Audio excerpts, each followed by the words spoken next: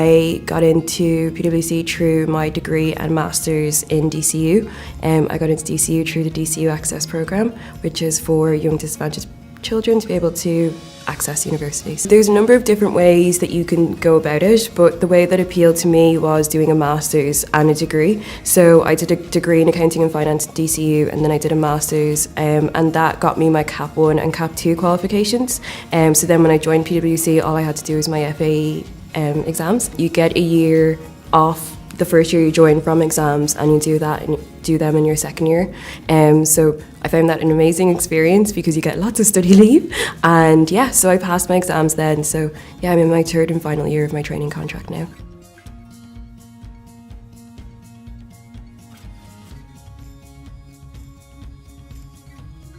One main thing is just being efficient.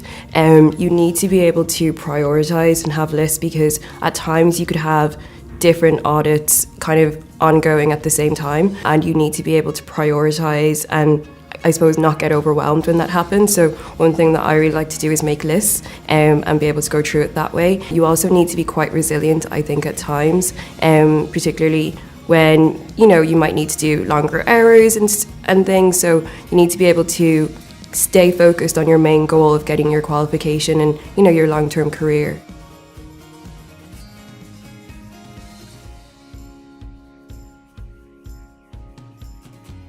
There's lectures, which are great, and there's also online lectures if you, for example, couldn't make it because you're working late. And they also have, the lecturers are actually a great resource. I know when I was doing my FAEs, I was able to ask the lecturers if I could send them a case study to look over. We have case days as well where they go through the cases with you for FAEs.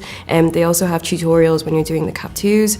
They have mock exams, which are a great way to have an exam simulation before the main thing, because it can be quite daunting, especially if you come from a master's background. You haven't been in a hall with that size of people, and it's a completely different way of getting your qualification.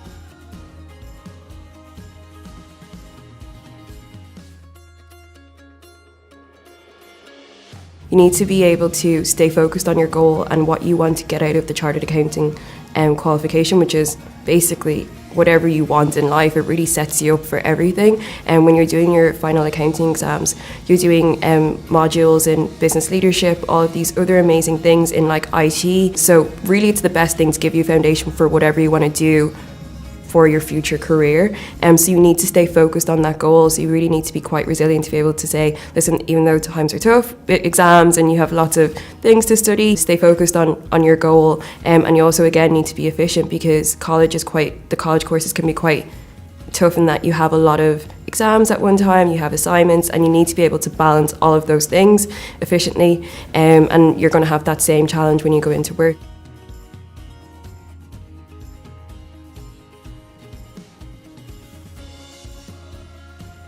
So one is definitely being able to travel. You can use this qualification.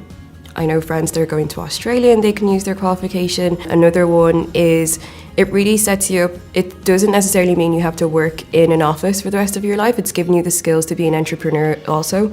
And in addition, I would say another one is just the people it gives you access to. The clients that I work with, meeting such senior people, I would not necessarily ever be able to meet them anywhere else.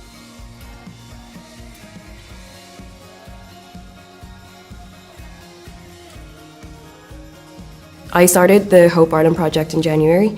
It's a project that's very important to me because I would have had a son when I was 15 years old. When I came out with my story about how I had my son and stayed in school, particularly about the fact that I was homeless when I was 13, the support I had was amazing, and I really wanted to have more young parents and young people following the same path that I had. So I started this project to be able to give young parents the two things that they really need to be able to do that, which is accommodation and childcare. So the project is going to buy an apartment building, give at least 10 families accommodation there under the Dublin City Council rental income schemes, and we're also going to have childcare on the ground floor, and that's going to be run by Karen Clintz, who is the CEO of Tigers Childcare. So it's an amazing project. It's going to help change that cycle for young parents, that poverty cycle, that homeless cycle that they get stuck in, and so we're very excited about it.